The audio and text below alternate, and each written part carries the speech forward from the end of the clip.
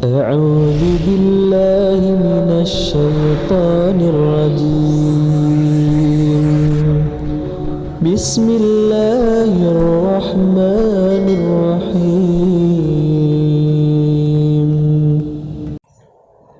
السلام عليكم ورحمة الله وبركاته.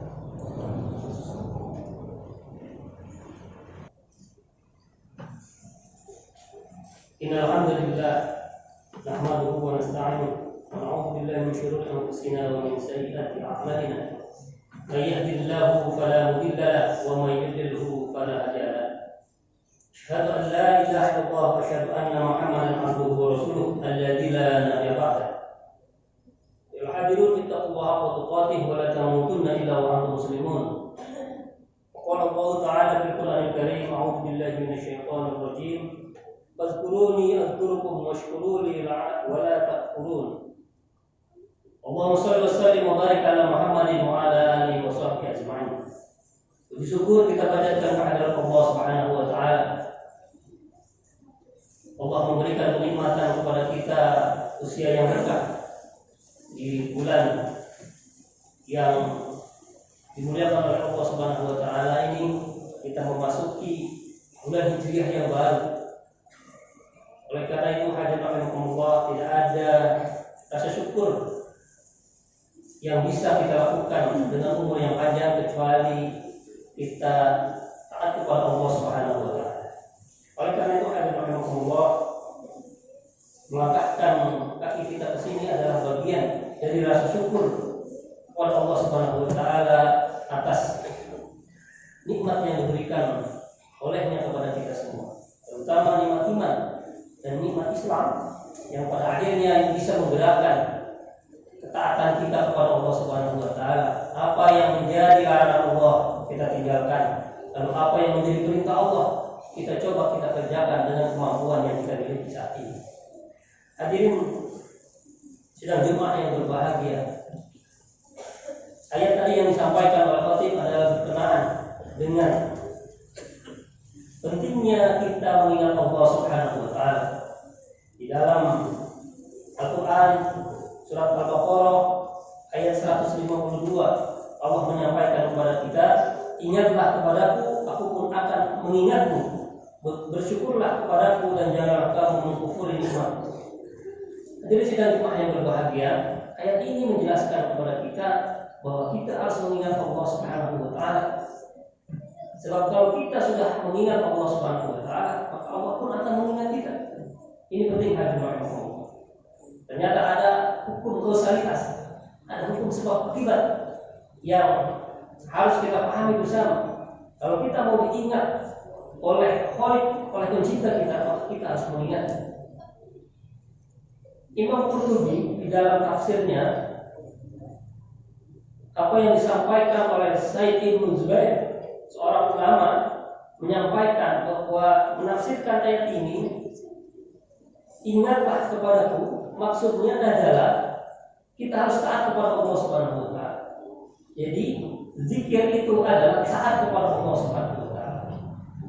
Lalu ada kalimat yang kedua, maka aku pun akan mengingatmu. Maka mengingat Allah, kata Imam Qurtubi itu di dalam tafsirnya, adalah Allah memberikan pahala dan ampunan. Jadi mengingatnya Allah tentang kita dalam Al-Quran surat 152 surat Al-Baqarah, maksudnya adalah Allah mengingat kita itu adalah dengan ampunan dan pahala. Maka ketika Allah mengingat kita dalam konteks karena kita mengingat Allah, maka Allah akan memberikan ampunan dan pahala kepada kita semua. Hadirin rahimakumullah, itulah ingatan Allah Subhanahu wa taala kepada kita. Maka ingatan kita kepada Allah dalam konteks zikir di sini yang dimaksudkan adalah taat kepada Allah Subhanahu wa taala. Itulah yang disampaikan oleh Syekh seorang ulama Said Ibn Zubair yang di dalam tafsir Imam Qurtubi dijelaskan. Oleh karena itu, setiap ketaatan kita kepada Allah Subhanahu wa taala, maka itu adalah bentuk zikir kita kepada Allah Subhanahu wa taala. Itu bukan hanya sekedar lisan, tetapi adalah ini bagian dari ketaatan kepada Allah Subhanahu wa taala. Apabila lisannya berzikir kepada Allah, akan tetapi dia tidak taat kepada Allah, maka tidak dikatakan dia sedang mengingat Allah Subhanahu wa taala. Oleh karena itu, makna yang terdalam zikir itu adalah taat kepada Allah Subhanahu wa taala, sebagaimana tadi disampaikan oleh para ahli mufassir di dalam tafsir Al-Qurtubi. Oleh karena itu, rahimahullah, ada beberapa jenis zikir yang disampaikan oleh para ulama. Yang pertama, rahimahullah, adalah zikir dengan lisan. Ini adalah zikir bagaimana kita mentafakuri ayat-ayat Allah dengan lisan-lisan kita. Sebagaimana Rasulullah SAW menyampaikan itu.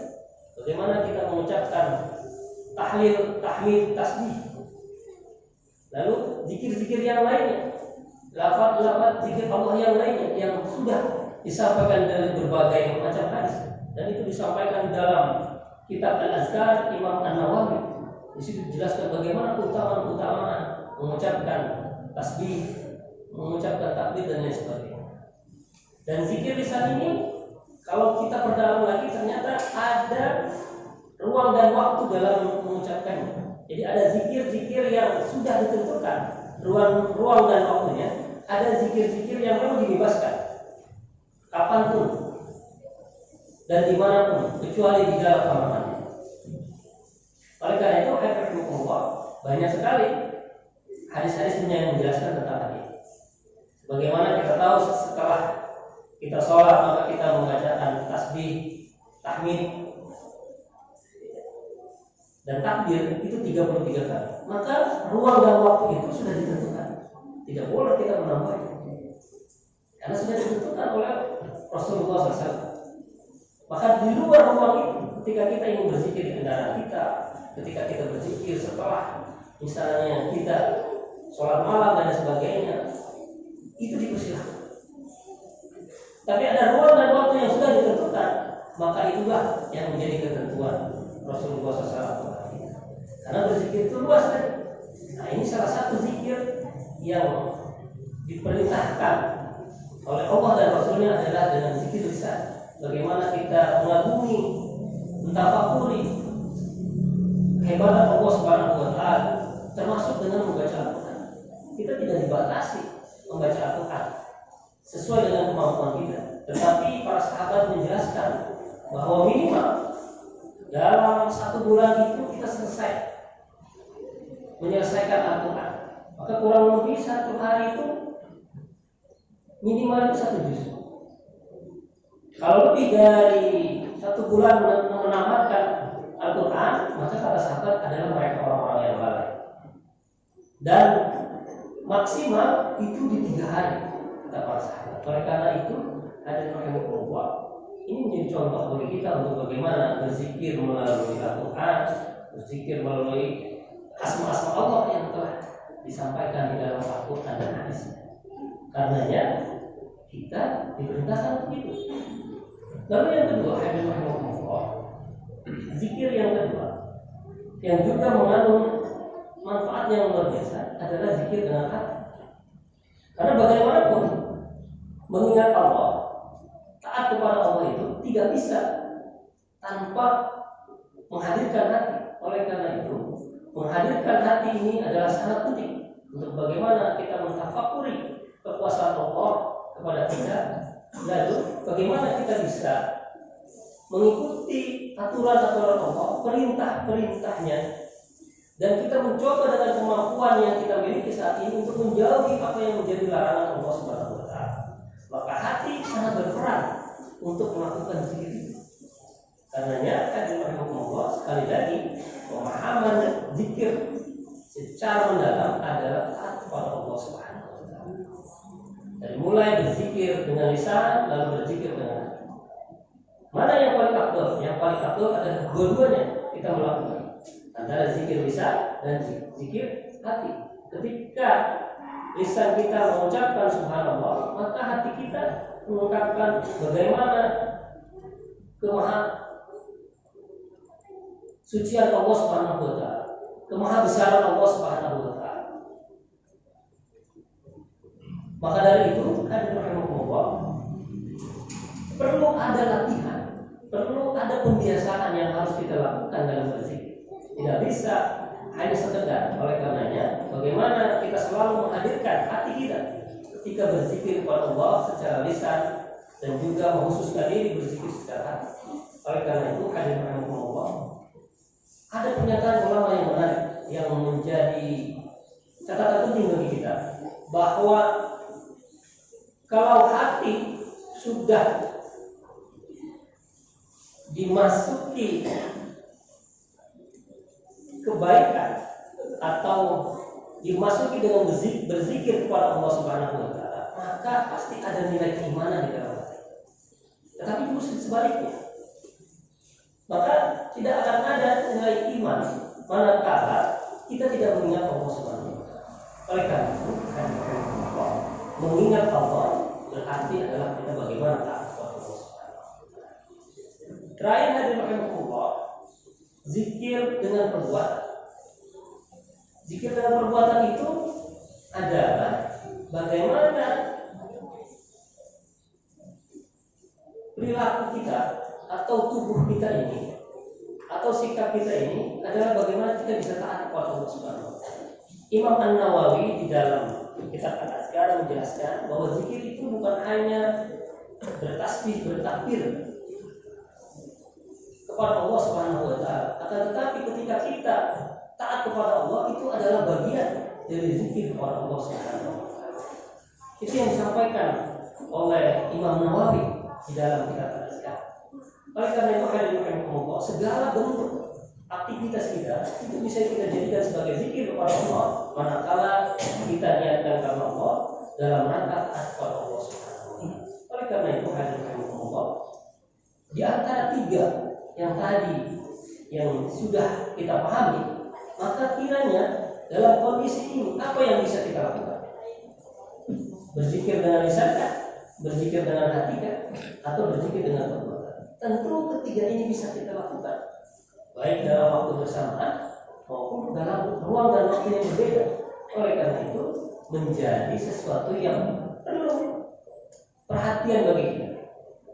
Kenapa? Karena kata Allah Subhanahu wa taala di dalam Al-Qur'an, karena hanya dengan mengingat Allah kita bisa menjadi tenang. Hadirin rahimakumullah, banyak orang yang kaya hari ini tetapi dia tidak punya ketenangan. Banyak orang yang punya kekuasaan hari ini tetapi dia tidak punya ketenangan. Banyak orang yang punya wajah yang tampan, cantik dan lain sebagainya, tapi dia tidak punya ketenangan. Yang pada akhirnya dia bisa bunuh diri. Dan itu banyak kita lihat di media-media yang sehari ini bisa kita tonton kapan saja. Bagaimana seorang artis Korea yang luar biasa tenarnya dengan ketampanannya, tetapi dia tidak punya ketenangan. Hanya banyak haters yang dia dapatkan di dalam media sosial, maka dia bunuh diri. Oleh karena itu, kita sebagai seorang muslim sudah Allah berikan semuanya kepada kita. Apa yang menjadi tujuan hidup manusia yang hari ini adalah berupa ketenangan di dalam kehidupannya, maka Allah berikan dengan mengingat Allah Subhanahu wa taala, yaitu dengan ketaatan. Barakallahu li wa lakum.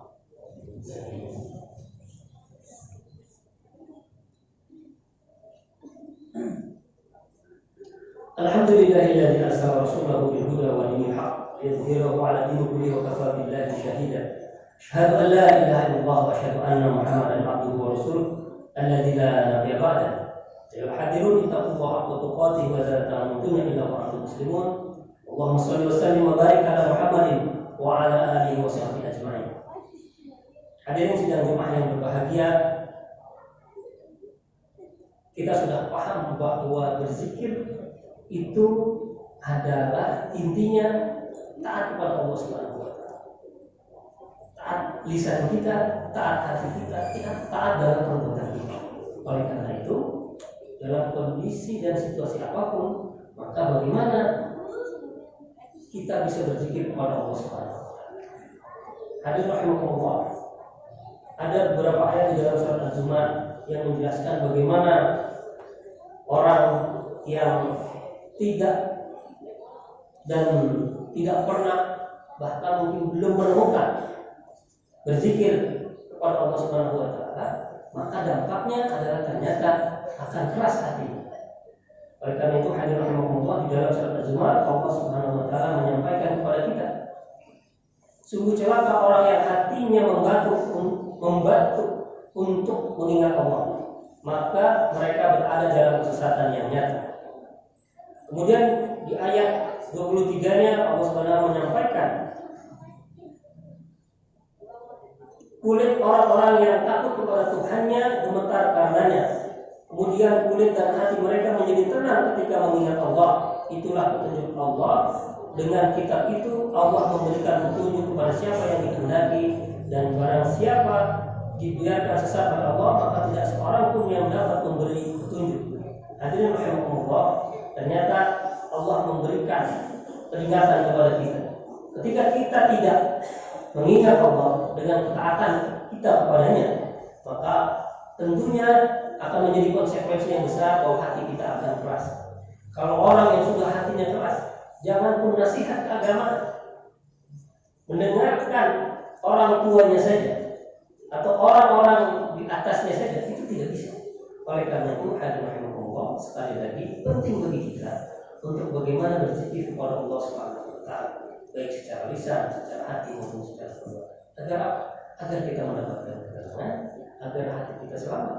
Sebab hati nanti kalau tidak diisi dengan mengingat ketaatan kepada Allah, maka akan diisi oleh hal-hal yang buruk, pasti akan mendapatkan penyakit-penyakit hati yang lain, dari mulai kesombongan, iri, dengki, tamak dan lain sebagainya. Kalau orang sudah dimasukkan hatinya dalam penyakit-penyakit hati itu, maka jangan berharap keberhasilan kehidupannya bisa mencapai, baik di dunia maupun di akhirat.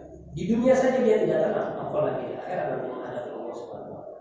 Karenanya hadirin rahimakumullah, mari sama-sama kita meluangkan waktu untuk memahami kembali nilai-nilai zikir kita kepada Allah Subhanahu wa taala. Apa yang bisa kita lakukan dalam waktu yang rentan sedikit ini yang Allah berikan kepada kita dengan sisa-sisa umur kita, karena kita tidak tahu kapan kita akan dipanggil oleh Allah Subhanahu wa taala. Maka di kesempatan apapun, di ruang dan waktu apapun, maka bagaimana kita bisa mengingat Allah Subhanahu wa taala di dalam kemacetan, di dalam kendaraan, di dalam masjidnya Allah, di dalam rumah kita. Lalu bagaimana kita ciptakan kita selalu taat kepada Allah Subhanahu wa taala, sehingga dengan seperti itu maka kehidupan kita akan terus mendapatkan rahmat dari Allah Subhanahu wa taala. Dan orang-orang yang mengingat Allah dengan ketaatannya, maka Allah akan memberikan malaikat yang selalu menjaga dan memberikan rahmat. Itu yang disampaikan hadis dalam Imam Bukhari dan juga di dalam Imam Muslim. Hadirin rahimahullah, sekali lagi marilah sama-sama kita mohon kepada Allah Subhanahu wa taala agar Allah senantiasa memberikan bimbingan kepada kita. Tanpa ada bimbingan Allah Subhanahu wa taala, tanpa mengingat Allah dalam kehidupan kita ini, maka kita sulit untuk mendapatkan solusi-solusi dalam kehidupan. Karena Allah tahu betul apa yang harus kita lakukan dan tahu betul apa yang akan kita lakukan dan seharusnya kita lakukan agar kehidupan kita bahagia di dunia dan akhirat. Karenanya, hadirin rahimakumullah, sekali lagi mari sama-sama kita mengingat Allah dalam konteks bagaimana kita taat kepada Allah Subhanahu wa taala. Marilah sama-sama kita memohon kepada Allah Subhanahu wa taala agar Allah memberikan rahmat-Nya kepada kita semua. Allahumma shalli wa sallim wa barik ala Muhammadin wa ala alihi wa sahbihi ajma'in. Rabbana zalamna anfusana wa in lam taghfir lana wa tarhamna lanakunanna minal khasirin. Rabbi hab li minas shalihin, Rabbi ij'alni muqimas shalah wa min dzurriyyati rabbana taqabbal du'a. Allahumma inna nas'aluka al-huda wat-tuqa wal-afafa wal-ghina. Rabbana zalamna anfusana wa in lam taghfir lana wa tarhamna lanakunanna minal khasirin. Rabbana atina fid dunya hasanah wa fil akhirati hasanah wa qina adzabannar. Wa qul qawli hadza